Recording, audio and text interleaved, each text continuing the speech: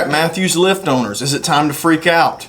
If you haven't been living in a cave, you've probably seen on Facebook a bunch of posts about limbs cracking and delaminating, or whatever you want to, however you want to word it, and people freaking out about the warranty and things like that.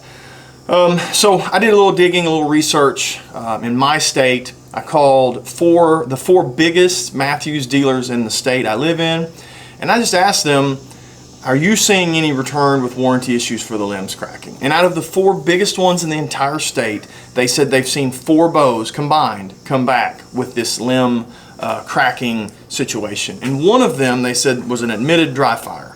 So realistically 3 potentially, and how many of those were actually dry fired and they didn't claim it to be a dry fire, they just said it happened. Now, hold down. Before you start typing, you're a fanboy, let me specify this with, I actually hunt with a PSE Levitate. I own 2 different Elites. I own a Mathews, I own a PSE. I shoot them all. I'm not a fanboy. I love Mathews, I think they're a great company. This is probably the most stable, most forgiving bow that I've shot. So, I mean, it's a great bow. But, man, I shoot them all. So I'm not coming at this from any kind of fanboy purpose.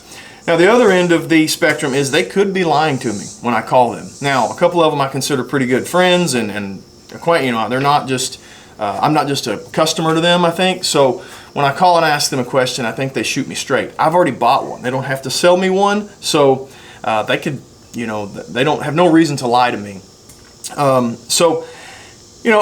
here's the other end of this as well. This is the most popular selling bow in the country this year. And if you listen to like MFJJ and some of them others talk about, it's the most popular selling bow in a very long time. Not just this year, but like 20 plus years, this bow has sold more than any other in that amount of time. And that's not me saying that, that's Josh Jones, some other people on YouTube that own shops and things like that. They're saying just how popular this bow is. And I think their lead times reflect that.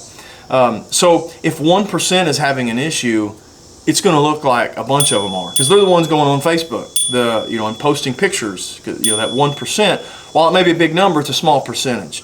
I think it's the squeaky wheel. I think they're the ones. They've done nothing wrong. Don't get me wrong, but they're the squeaky wheel that's going on the social media pages and saying, "Look at this! Can you believe this? Warranty, screaming, whatever." They're the ones getting the attention. People aren't going on there and going, "I just love this bow. It's a good bow." That's not how Facebook works. If you've never been on there, that's kind of how it is. So, I mean, it's just the most popular bow. And there are other ways that limbs can crack other than just they're made wrong. Some people leave them in their vehicle. I leave mine in the shop until it gets really hot, and then I don't leave them in here anymore because I think the heat can split delaminate your limbs, make some weak points if nothing else. So, you don't know about how many of these on Facebook groups are being left in vehicles. Maybe they're being dry fired and not admitting it. Maybe they're dropped. I don't know. I don't know what the scenario is, and maybe it's just there's a percentage of them that are having issues, and Mathews has a lifetime warranty. They're going to take care of them. So I'm saying all this to say, don't freak out. Just relax. You've got the #1 bow in the country right now. Just shoot it. Enjoy it. If your limbs mess up, do a warranty. Get a free replacement limb.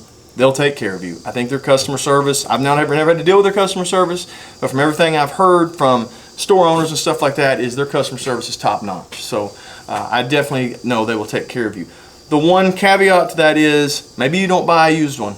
If it's not in warranty, maybe you don't buy a used one. And I know that'll hurt the used bow market or whatever, but that would be my only advice, is that if it is an issue, if it is going to become an ongoing warranty recall type of an issue, used bows are going to take a hit. You don't want to be in possession of a used one when the limb splits, because you got to pay for that. But if you are the individual owner who registered it, you're good. They're going to fix it. They're going to take care of you. It's not going to be a problem. If you have a good shop, they might be willing to take the limbs off of one that's on the shelf and get you back in the woods real quick. So just relax. Call your shop and ask them, hey, how many of these are you seeing? And hopefully they're trustworthy people and they're going to shoot you straight. But don't freak out too much. I think you're just seeing the squeaky wheel on social media, and I think you're seeing people that are not Mathews guys on there fueling the flames. Hence, you know, they're putting the memes out and the reels and the shorts and being funny and stuff like that, stoking some fear into some people that are probably a little concerned about their bow and easily impressionable maybe. So see, you know, look at this with a little bit of, you know, who's posting this and what's their motive. Just relax, shoot your bow, don't dry fire your bow, don't leave your bow in the car. You know, you'll be okay, I think, for the most part. So again, relax, just enjoy your bow. You got a good bow. Appreciate it.